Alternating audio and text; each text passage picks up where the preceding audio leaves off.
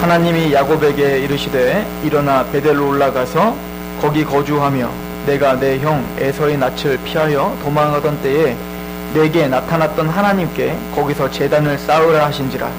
야곱이 이에 자기 집안 사람과 자기와 함께한 모든 자에게 이르되 너희 중에 있는 이방 신상들을 버리고 자신을 정결하게 하고 너희들의 의복을 바꾸어 입으라. 우리가 일어나 베델로 올라가자. 내 환난 날에 내게 응답하시며 내가 가는 길에서 나와 함께 하신 하나님께 내가 거기서 제단을 쌓으려 하노라 하매 그들이 자기 손에 있는 모든 이방 신상들과 자기 귀에 있는 귀고리들을 야곱에게 주는지라. 야곱이 그것들을 세겜 근처 상수리 나무 아래에 묻고 그들이 떠났으나 하나님이 그 사면 고울들로 크게 두려워하게 하셨으므로 야곱의 아들들을 추격하는 자가 없었더라.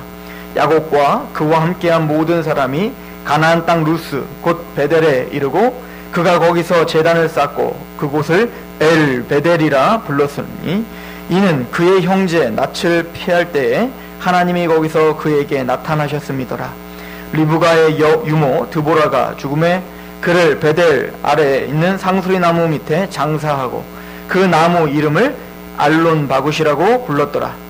야곱이 밧단 아람에서 돌아오매 하나님이 다시 야곱에게 나타나사 그에게 복을 주시고 하나님이 그에게 이르시되 내 이름이 야곱이지만은 내 이름을 다시는 야곱이라 부르지 않겠고 이스라엘이 내 이름이 되리라 하시고 그가 그의 이름을 이스라엘이라 부르시고 하나님이 그에게 이르시되 나는 전능한 하나님이라 생육하며 번성하라.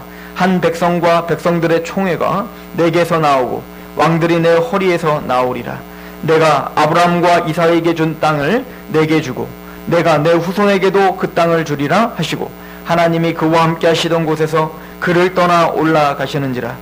야곱이 하나님이 자기와 말씀하시던 곳에 기둥 곧 돌기둥을 세우고 그 위에 전제물을 붓고 또 그 위에 기름을 붓고 하나님이 자기와 함께 하시던 곳의 이름을 베델이라 불렀더라. 아멘. 우리 잠시 기도할게요.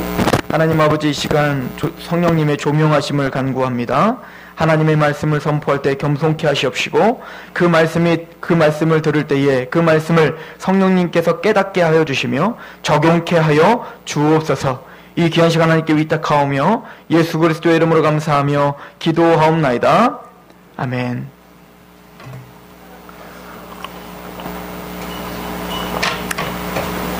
제가 오늘부터 시작해서 10주 동안 신앙 부흥의 원리에 대해서 강의를 할 것입니다. 그 첫 번째 시간인데 우리는 살다 보면 여러 가지 당황스러운 일들이 부딪히게 돼요. 또 알 수 없는 그 불안함과 그 마음의 어떤 침체로 인해서 영적 생활뿐만 아니라 우리의 실제적인 삶까지도 굉장히 유지하기 힘들 정도로 마음이 무너질 때가 사실은 우리는 자주 있어요. 그래서 어떤 특정한 사람만 그런 것이 아니라 모든 사람들이 다 그런 연약함을 가지고 있기 때문에 사람이라면 누구나 다 이런 영적 침체, 정서적인 침체가 있기 마련입니다.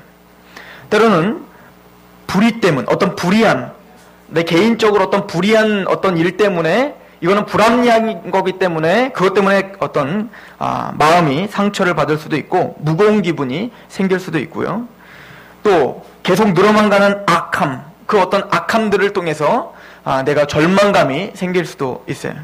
또 크리스천들에게는 난 분명히 하나님 뜻대로 살아간다고 살았는데 나에게 닥치는 일들이 계속 어떤 좋은 일들이 아닌 좀 어려운 일들만 닥치는 듯한 그런 기분이 우리에겐 느낄 수도 있죠.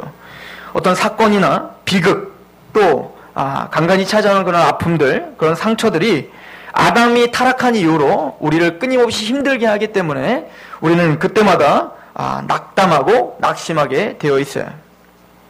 성경은 그러한 우리 신앙인들, 그런 사람들의 상태에서 벗어날 수 있는 길을 알려줍니다. 그것은 바로 부흥이라고 하는 것입니다. 개인적으로나 교회적으로나 또 나라적으로나 하나님의 사람들이 하나님의 뜻 가운데 역동적이고 즐겁고 행복하고 뭔가 힘있게 살아가지 못하고 끊임없이 뭔가 내 마음을 주체할 수 없는 어떤 그 무게감이 나를 짓누르고 있을 때, 그래서 어떤 이 감정을 내가 컨트롤할 수 없고 또 이 상황을 내가 다스릴 수 있고 통제할 수 있는 힘과 능력이 없다 느껴질 때, 그때 성경은 하나님을 바라보고 하나님께 부르짖어 그래서 하나님의 부흥, 하나님이 주시는 회복을 경험하는 것이 유일한 해결책이라고 우리에게 알려주고 있습니다. 그 첫 번째 사람으로 저는 야곱을 택했습니다. 구약에 나타나는 부흥의 경험, 즉 회복되는 경험 10가지를 제가 이제부터 시리즈로 설교하려고 하는 겁니다. 그 중에 첫 번째로 바로 야곱입니다. 이 야곱은 지금 대단히 큰 문제에, 큰 시련에 지금 닥쳤어요. 게다가 이 야곱은 평생을 두려움 가운데 살았는데 오늘 이 시간만큼은 더 두려움 가운데 살아가고 있고 또 굉장히 큰 부담감 가운데 서 있는 야곱의 모습을 우리에게 보여주고 있습니다. 야곱은 지금 야복강가에서 예수님을 만나고 이스라엘이라고 하는 칭함을 받았죠. 이제 너는 야곱이라고 부르지 말고 이스라엘, 즉 하나님을 이긴 자, 즉 하나님이 하나님의 백성이 됐고 하나님과 함께하는 자가 됐다라고 하는 칭함을 받은 이유입니다. 그래서 어떻게 보면 이 야곱은 더 당황스러울 수 있어요. 무슨 얘기냐면 우리가 구원함을 받고 예수님을 믿고 거듭났는데 그래서 하나님을 만났는데 이제부터는 좋은 일만 있으면 되는데 구원을 받은 이후에 닥치는 환난이기 때문에 더 황당하고 더 당황스러운 일들이 우리에게 있다는 얘기입니다. 지금 야곱에게는 어떤 일이 있었냐면 지금 야복강가에서 이스라엘 칭함을 받고 그 형 에서와 화해를 했단 말입니다. 그리고는 지금 베델로 가야 되는 길인데 그 베델까지 안 가고 그 가는 길에 세겜이라는 땅이 있는데 그 세겜이라는 땅이 살기가 참 괜찮은 겁니다. 그래서 그 세겜에 머물러서 그렇게 여기 괜찮구나 여기서 살자라고 하고 짐을 풀고 이제는 좀 편안하게 좀 쉬려고 하는데 레아, 그 야곱의 부인이었던 레아의 딸이 한 명 있었어요. 그 딸은 바로 디나라고 하는 딸입니다. 그 디나가 그 세겜이라고 하는 땅의 추장, 지도자죠. 하몰이라고 하는 그 추장의 아들 세겜에 의해서 강간을 당하게 되는 거예요. 여러분들, 이게 실질적으로 우리에게 닥쳤다고 한번 생각해 보십시오.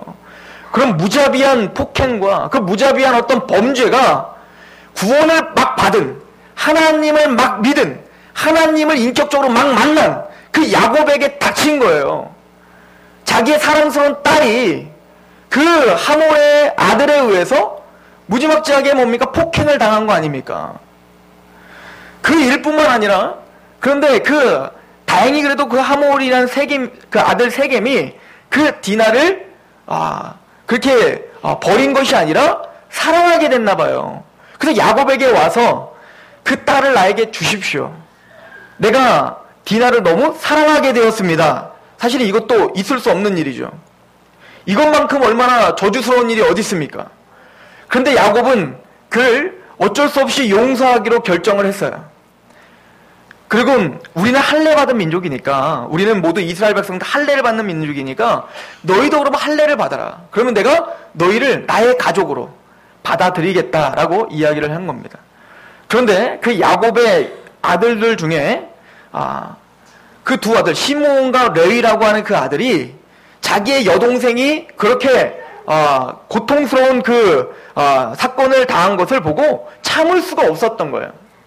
여러분들 같아서도 어때요? 복수심이 불타겠죠. 내가 가만두지 않겠다라고 하겠죠. 그러나 야곱은 죄악을 거기서 끊고 싶었던 거예요. 그만 이런 일들이 되풀이되지 않기를 바랬던 겁니다. 그런데 이 시므온과 이 레위가 칼을 들고 할례를 받은 그 백성들, 할례라는 거 오늘날로 말하면 표피, 남자의 생식기 표피를 제거하는 거니까 얼마나 아프겠습니까? 그렇게 아파서 도대체가 그 신음 가운데 있는 그 세겜 땅에 있는 모든 남자들을 그 시므온과 레위가 칼을 들고 다 죽인 거예요. 하나님의 백성, 하나님의 가족이지 않습니까? 그런 이스라엘이라는 칭함을 받는 그런 백성에게 이런 엄청난 살인이 일어나기 시작한 겁니다. 야곱은 어땠을까요? 막 이스라엘로 칭함을 받아 하나님과 관계가 회복됐다라고 했던 그 야곱인데 이렇게 말로 표현할 수 없는 이런 상황들이 펼쳐진 비극이죠, 비극. 이런 고통이 펼쳐졌을 때 이 야곱은 몸둘 바를 몰랐던 거예요. 게다가 지금 이 세겜 이 족장을 죽여버렸으니까 그 주위에 있는 많은 백성들, 많은 그 세겜과 그 하몰과 연대를 맺고 있는 그 많은 족들이 어떻게 할까요? 야곱을 죽이려고 하지 않겠습니까? 그래서 그 앞장에 보면 야곱이 그 아들들에게 울면서 이렇게 이야기를 해요. 너희들이 나를 지금 곤란 가운데 만들었구나. 지금 너희들 때문에 악취가 나서 많은 그 부족 사람들이 나를 죽이려고 할 거다. 그러니까 이것은 엄청난 위협 가운데, 두려움 가운데 있을 수밖에 없는 상황인 거죠. 야곱은 지금 자기 스스로 해결할 수 없는 그런 처참한 상황 가운데로 몰려가기 시작한 것입니다. 그리고는 그때 하나님이 야곱에게 찾아와 주시는 장면이 오늘 본문인 거예요. 때로는 우리가 살아가면서 이렇게 비극이라고 하는 것들이 우리에게 찾아올 때가 있습니다. 또한 비극까지는 않더라도 많은 아픔을 겪어야 되는 그런 상황들이 우리에게 찾아와요. 그럴 때 구원받은 이스라엘이라는 칭함을 받은 야곱도 두려울 수 있었고 또 당황스러울 수 있었고 그 일을 어떻게 타개해야 될지를 모르는 방법을 알지 못해 하염없이 눈물만 날 수 있었어요.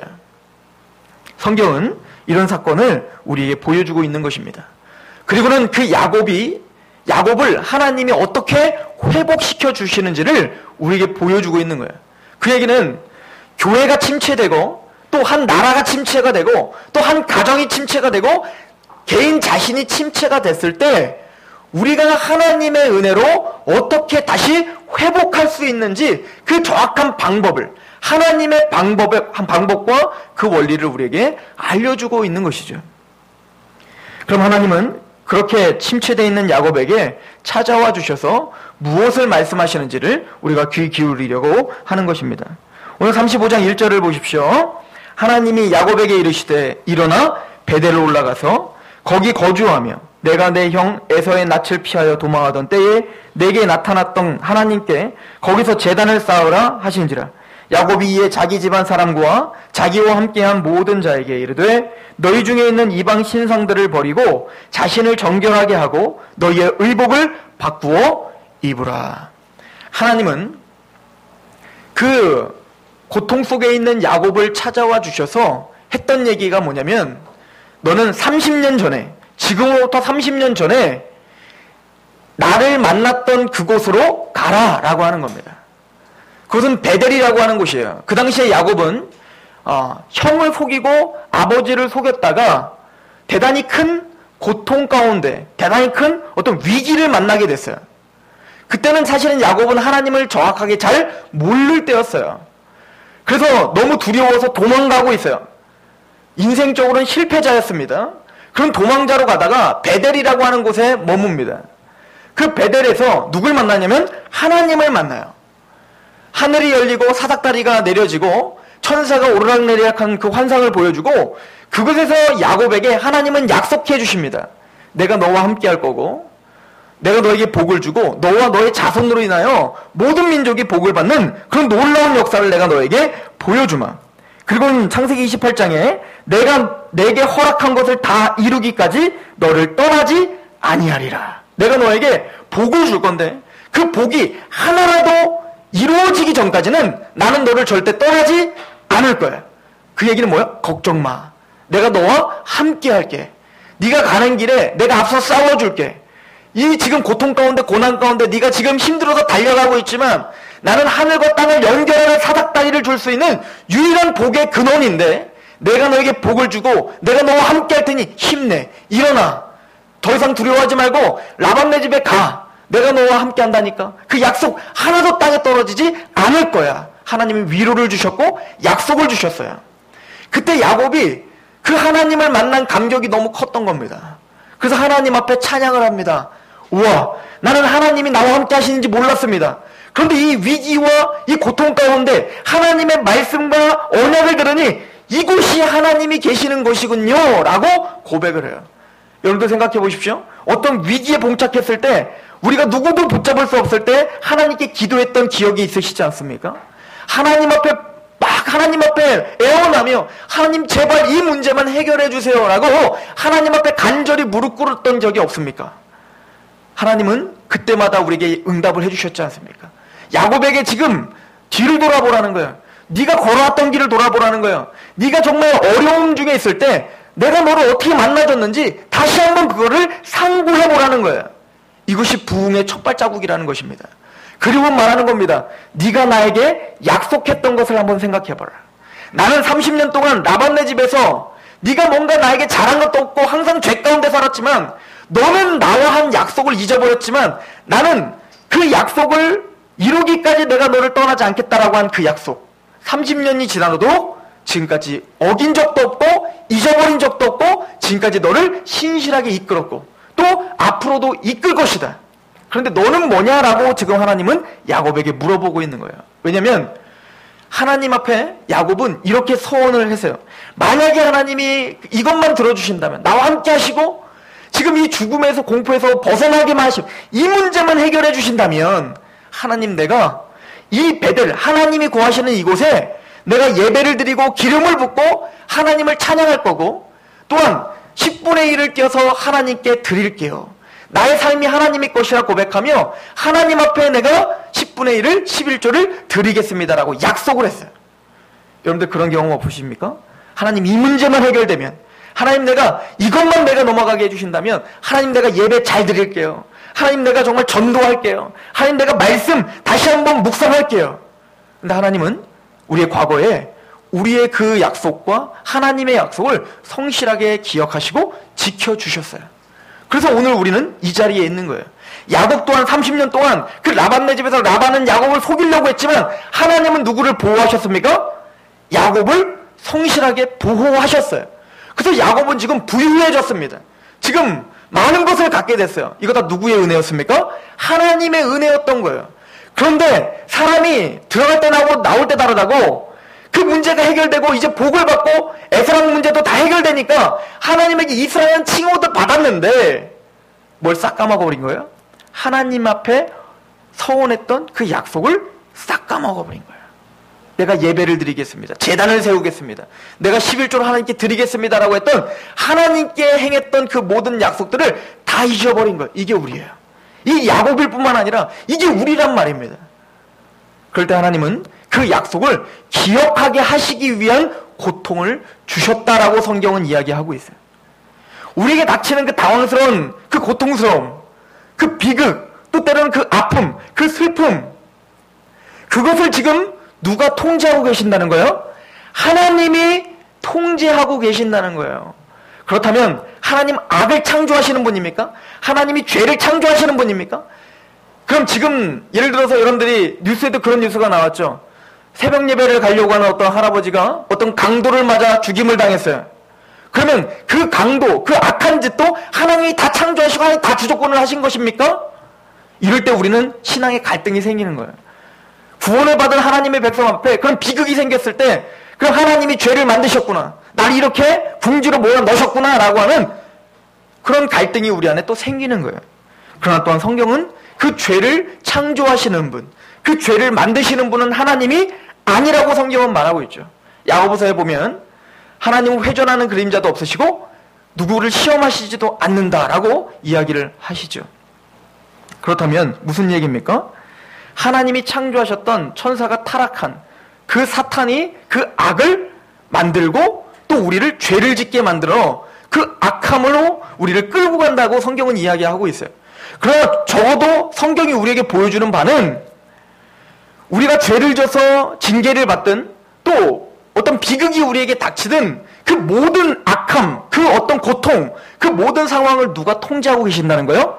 하나님의 통지권을 벗어나지는 않는다는 거예요. 이런 욥기를 보시면 그 사탄이, 마귀가 하나님 앞에 이간질을 하죠. 그리고 욥을 시험하려고 합니다. 그럴 때 하나님은 그 악함을 만드시지 않고 단지 뭐만 하십니까? 허용은 하실 수 있다는 거예요. 그럼 왜 하나님은 그 하나님의 욥에게 그런 고통을 허용하실까? 사실은 그것은 우리에게 대답이 없어요. 하나님이 우리가 알 수 없는 그 지혜로 하나님은 그 악함을 허용하실 수는 있고 대신 뭡니까? 하나님의 통제에서 벗어날 수는 없다라고 하는 것입니다. 그러나 적어도 야곱과 같은 이 상황에선 야곱에게 주는 메시지는 하나예요. 네가 빨리 신속하게 하나님께 돌이켜라. 나와 약속한 그 약속을 신속하게 다시 이행하라. 우리가 알 수 있는 것은 어떤 그 당황스러운 상황을 통해서 하나님은 야곱에게 빨리 하나님께 돌이키라라고 명령하고 있다는 것을 우리는 확인할 수 있습니다. 그 얘기는 우리가 우리에게 닥치는 모든 환난과 고통 가운데 빨리 어떻게 하라는 거예요? 하나님께 돌아가는 일이 시급하다는 것입니다. 이것이 영적 부흥의 한 걸음이라는 거예요. 그래서 야곱은 이 음성을 정확하게 이해했던 것입니다. 하나님이 네가 나와 30년 전에 약속했던 그 베델로 돌아가 라고 할 때 바로 야곱이 그 자녀들에게 명령했던 것이 무엇입니까? 오늘 2절을 보세요. 야곱이 이에 자기 집안 사람과 자기와 함께한 모든 자에게 이르되 너희 중에 있는 뭘 버려라? 이방 신상을 버려라. 너희에게 있는 우상을 버려라. 우상은 우리의 직업, 우리의 취미, 우리의 목표, 우리의 조직, 여가, 레크레이션, 결혼, 가족, 심지어 교회까지도, 이 교회 공동체까지도 하나님과 예수님과 말씀보다 더 우선시되는 것, 이것은 우상입니다. 주님은 하나님의 사람에게 그 우상을 제거하라 라고 빨리 신속하게 명령하고 있었던 거예요. 여기서 야곱의 나음이 보이는 거예요. 우리는 그 빠르게 그걸 제거하지 못하는 사람들이에요. 그래서 우리가 이렇게 영적 침체에 벗어나지를 못하고 있는 걸 수도 있어요. 야곱의 나음은 우리가 야곱을 너무 호롱방탕하고 자기 뜻대로만 살았던 사람이라고 생각하지 마십시오. 물론 우리와 같이 그도 그렇게 자기 욕심대로 살아갔던 사람이에요. 그래서 맨날 치이고 엎어지고 넘어지고 30년 내내 그렇게 살았어요. 그러나 적어도 하나님의 이런 고통이 다가왔을 때, 하나님이 주어줬던 그 고통을 다가왔을 때, 아픔이 다가왔을 때 야곱은 바로 하나님의 음성을 이해하고 바로 신상을 버리는 길로 나아갔다는 것입니다. 이것이 바로 이스라엘이에요. 이게 바로 하나님의 백성입니다. 부흥, 우리 교회의 부흥, 여러분들 개인적인 영적인 어떤 회복, 다시 하나님 앞에 말할 수 없는 그 충만한 기쁨으로 살아가는 것, 그것은 바로 우리 안에 있는 우상을 제거하는 일부터 시작해야 되는 거예요. 하나님 우리에게 그 우상을 제거하라라고 명령하고 있는 것입니다.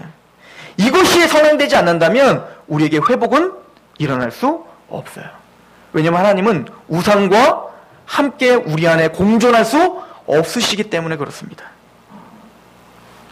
그리고는 야곱은 너희는 정결하게 하고 너희의 의복을 바꾸라 라고 이야기해요. 이 이야기는 야곱이 지금까지 살아왔을 때, 30년 동안 살아왔을 때는요, 야곱이 하나님 뜻대로 안 살고 자기 멋대로 살았을 때 하나님은 그 뒤치작거리만 해줬어요. 야곱에게 이렇게 적극적으로 징계를 주시거나 적극적으로 지금 책망을 하시지 않았단 말입니다. 여러분들이 야곱의 삶을 35장 전까지 한번 읽어보세요. 한 번도 하나님이 직접 야곱에게 나타나셔서 야곱이 지멋대로 살아가지만 한 번도 야곱에게 책망하시는 장면이 안 나와요. 단지 야곱이 뭔가 문제를 일으키면, 형 속이고 아버지 속이면 그거 누가 다 보호하시고 누가 다 해결해 주시죠? 하나님이 조용히 해결해 주셨다고요. 그리고 문제를 일으켰지만 그 모든 문제를 하나님이 해결해 주실 뿐만 아니라 하나님이 약속하신 그 약속도 잊어버리지 않고 야곱을 부유하게 누가 하셨습니까? 하나님이 하셨다고요. 그런데 유독 지금은 베델로 가겠습니다라고 했던 30년의 약속을 지키지 않은 그 죄 때문에 하나님은 야곱을 심각하게 지금 치시고 계시는 거예요. 왜 그럴까요? 이제는 야곱은 야곱이 아니라 이스라엘이기 때문에 그렇습니다. 하나님을 만나고 이스라엘이라는 칭함을 받았기 때문에 이제는 두고 볼 수 없는 거예요. 이제는 내 자식이 된 거예요. 슈퍼에서 누군가가 뭘 훔치는 걸 보면 그 훔치는 자를 잡아다가 때리고 걔를 막 훈계할 필요가 뭐 있어요? 신고하던지 그냥 욕하고 말지. 그런데 내 자식이 된 사람이 뭔가 훔치는 걸 보면 그때부터는 어떻게 해요? 적극적으로 개입할 수밖에 없는 거예요. 너는 이제 이스라엘이니까, 하나님을 이긴 자가 됐으니까, 또 이긴 자가 승리한 자가 됐는데, 나의 백성이라는 칭함을 받은 자가 됐는데, 이제는 하나님 앞에 드려지는 그 정결함으로 어떻게 되는 거예요? 인도하시고자 하는 그 목적이 발동하기 시작한 거예요. 하나님은 우리를 그렇게 통제하시기를 소망하는 것입니다.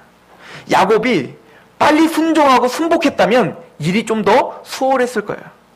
그냥 세겜을 거치지 않고 베델로 바로 가서 하나님 앞에 예배를 드리고 원래 약속했던 11조를 드리고 제단을 쌓고 예배를 드렸다면 야곱의 삶은 순탄했을 거란 말입니다. 의미 없는 고통은 없는 거예요. 그러나 야곱은 뒤늦게 그걸 깨닫고 바로 하나님 앞에 자복한 것입니다. 그리고 나의 정결함, 하나님의 말씀, 예배 다시 한번 회복하겠다. 나의 우상을 제거하고 하나님을 다시 우선순위로 둔 거예요. 말씀을, 예배를, 나의 삶을 하나님 앞에 우선순위로 두는 삶으로 전환시킨 것입니다. 그럴 때 야곱에게 찾아오는 두 가지 놀라운 역사가 일어납니다. 첫 번째는 지금 상황 가운데 어떻게 했어요? 주위에 있는 부족들로 인해서 두려움에 떨고 있었죠. 당장에도 뭡니까? 야곱을 죽이려고 달려오려고 했던 대적들이란 말입니다. 그런데 하나님께서 이들을 통제하기 시작합니다. 즉 하나님과 관계가 회복되면 우리가 보여준 실질적인 문제들이 해결되더라는 거예요. 먼저 그의 나라와 그의 의를 구하면 모든 것을 더하시라는 원리예요. 즉 우리는 뭔가 재정적인 문제가 우리에게 닥쳤습니까? 아니면 갈등, 어떤 인간적인 관계가 우리에게 어떤 문제가 닥쳤습니까? 또 아니면 우리에게 어떻게 내가 해결할 수 없는 여러 가지 어떤 문제들이 우리에게 닥쳤습니까? 그러면 우리가 고민하는 건 뭐죠? 이 문제를 해결하기 위해서 내가 뭐 해야 되지를 자꾸 한다고요. 돈을 더 벌어야 되나? 그럼 돈을 내가 아무리 벌어도 내가 빚진 것을 갚을 수가 없는 지경인데, 그럼 이걸 해결하기 위해서 뭐요? 그 문제에 또 집착해서 그 현실적인 문제에 집착해서 진짜 근본적인 문제를 해결할 수 없는 거예요. 이건 세상적인 방법인 거예요. 하나님의 사람 이스라엘은 이제 어떤 실제적인 문제가 봉착했을 때 무엇을 바라보는 거예요? 아, 나와 하나님과의 관계가 지금 뭔가 틀어졌구나. 그래서 이 문제를 하나님은 나에게 보여준 거구나라고 가야 된다는 거예요. 그래서 야곱은 그걸 알고 우상을 제거하고 정결하게 하고 하나님과 약속한 걸 다시 지키는 자리로 갔단 말입니다. 그랬더니 하나님이 어떤 역사를 보여주십니까? 우리 5절을 보세요.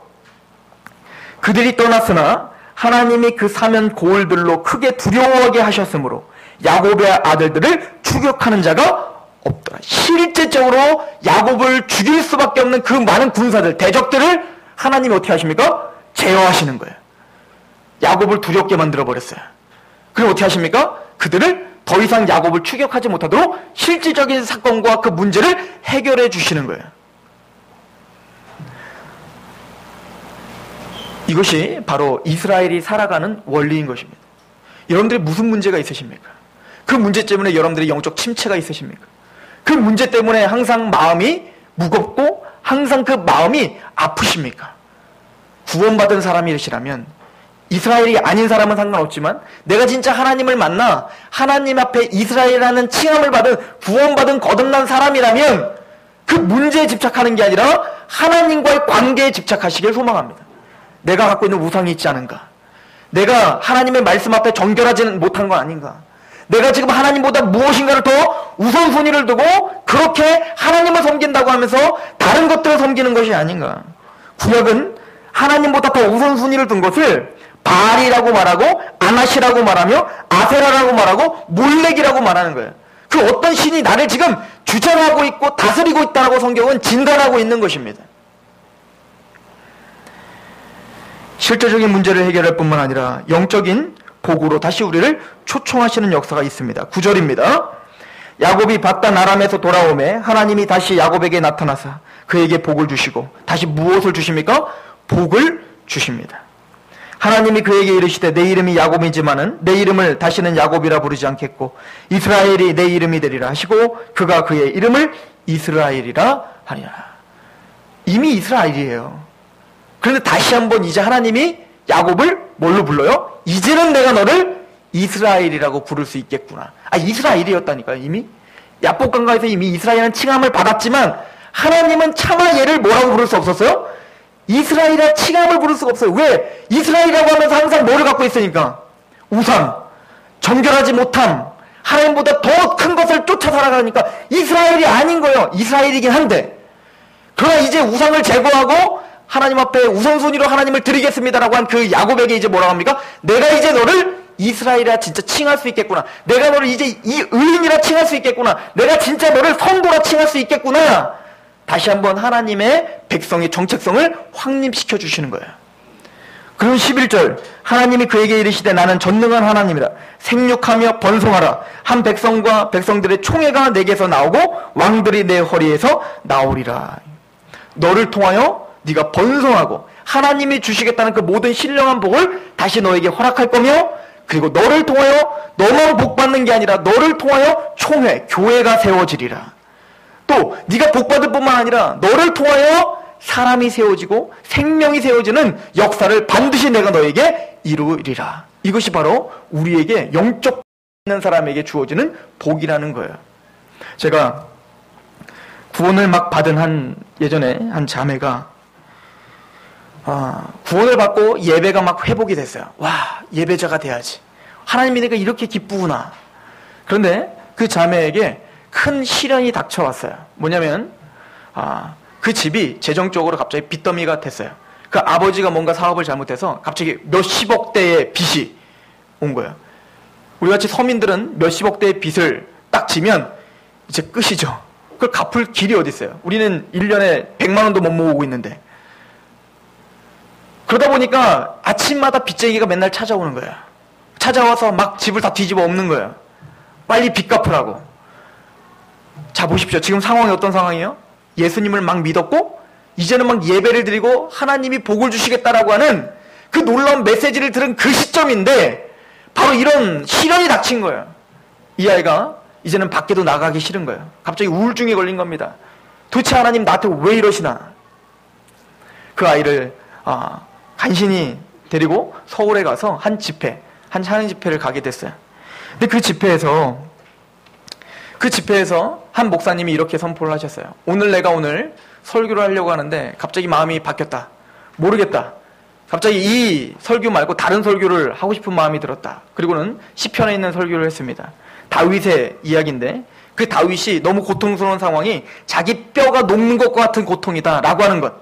그리고는 오늘 그 자리에 한 2-3천 명이 모였던 청년들이 모여 있었는데 이 중에 재정 때문에 특히 빚 때문에 너무나 고통스러워서 낙심이 되는 사람이 있다면 손을 들고 일어나 주시기 바랍니다. 오늘 이 2-3천 명이 되는 사람들이 다 그들을 위해서 철저하게 집중적으로 기도하는 시간이길 소망합니다. 제 마음엔 누가 생각이 날까요? 내 앞에 앉아있는 이 자매가 생각날 거 아니에요. 오늘 하나님이 이 자매에게 위로를 주시는구나.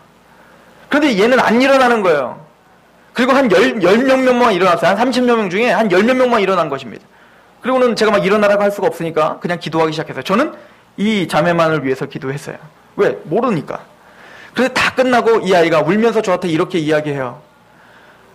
나는 자기를 위해서 기도 못했다는 거예요. 저 일어난 10명들이 얼마나 힘들까? 저 사람들이 얼마나 고통스러울까? 즉 이제 뭡니까? 저보다 더 마음이 넓어졌어요. 그 사람들이 이해가 갔던 겁니다. 그 사람을 위해서 중보할 수 있는 자리로 그 아이는 어느샌가 내려가고 있었던 거예요. 베드로가 죄를 범하고 쓰러졌을 때 예수님이 찾아가 그를 회복시켜 주십니다. 그리고는 그 베드로에게 하신 말씀이 이겁니다. 너는 너와 같이 넘어진 자를 일으켜 세우라. 하나님 왜 우리에게 고통을 주셨을까요? 몰라요. 이유는 알 수 없습니다. 그것을 함부로 제가 판단할 수도 없습니다. 그러나 적어도 하나님은 우리의 우상을 제거하시고 우리를 정결케 하시고 이스라엘이라면 반드시 다시 회복시키실 거예요. 세상이 줄 수 없는 그 평강과 기쁨으로 우리를 다시 그 자리 높은 자리로 올려주실 때 교만한 것이 아니라 그 자리에서 그 낮은 자리에 고통 가운데 있는 사람들을 이해하는 그 폭넓은 신앙인으로 올려주실 것입니다. 하나님은 우리를 하나님의 백성답게 빚어가시는 그 작업이신 거예요. 그런 하나님은 우리에게 평강을 주시기로 하십니다. 내가 너에게 복을 주고 또 네가 가는 곳마다 평강하게 하리라고 하겠죠. 평강이 무엇입니까? 어떤 선생님이 아이들에게 숙제를 냈다는 거예요. 평화에 대해서 그림을 그려와라. 이게 숙제예요. 그때 아이들이 다 그림에 뭐 잔잔한 호수, 넓은 파도가 치지 않는 어떤 태평양, 뭐 이런 것들을 그려왔다는 거예요. 비둘기. 그랬더니 선생님이 이랬다는 것입니다. 이거는 평화가 아니야. 진짜 평화가 아니야. 다시 그려와. 아니 이게 평화 아닌가? 잔잔한 거, 평안한 거. 그럴 때 한 아이가 깨닫고 그려온 그림이 있더라는 거예요. 그 그림이 뭐냐면 폭풍우가 치는 거예요. 폭풍우가 치는데 그 한 중간에 암탉이 병아리를 품고 있는 모습을 보여줬다는 것입니다. 그래 이게 평화다. 성경에서 보여주는 평화가 바로 이것입니다. 우리 인생 가운데 폭풍우가 치지 않는다고 하나님이 약속한 적 한 번도 없어요. 그걸 믿으셔야 돼요. 여러분들 인생 가운데는 폭풍우가 항상 몰아치게 돼 있어요. 그러나 진짜 평안이라는 건 하나님과의 관계가 회복되고 그 하나님의 보호하심과 하나님의 함께하심을 믿고 있을 때 세상이 줄 수 없는 그 기쁨이 알 수 없는 그 평강이 여러분들 주장할 거라니까요. 이게 영적 회복이고 이게 영적 부흥이라는 것입니다. 그 부흥, 그 평강이 여러분들을 주장하길 바랍니다. 그러는 야곱은 그 베델로 가서 전제를 붓고 기름을 붓고 하나님 앞에 약속을 실행하는 자리까지 가게 됩니다. 하나님은 우리가 정결하기를 소망합니다. 하나님은 우리가 하나님보다 더 우선시 되는 것, 그것을 부셔버리기를 원하십니다. 그럴 때 여러분들에게 진짜 부흥, 진짜 평강이 찾아올 줄로 믿습니다. 기도하겠습니다. 아버지 하나님, 너무나 감사합니다. 우리가 다시 하나님의 언약 안으로 가게 하시옵소서. 우리가 다시 하나님이 주시겠다라고 했던 그 복을 사모하게 하시옵소서. 우리의 우상을 제거하게 하시옵소서. 우리의 마음을 정결하게 하시옵소서. 그리해서 하나님이 주시는 평강과 그 기쁨의 삶으로 그 예배의 자리로 우리가 다시 회복하게 하시옵소서. 그렇게 역사하실 하나님을 기대하며 예수 그리스도의 이름으로 감사하며 기도하옵나이다. 아멘. 우리 찬양합니다.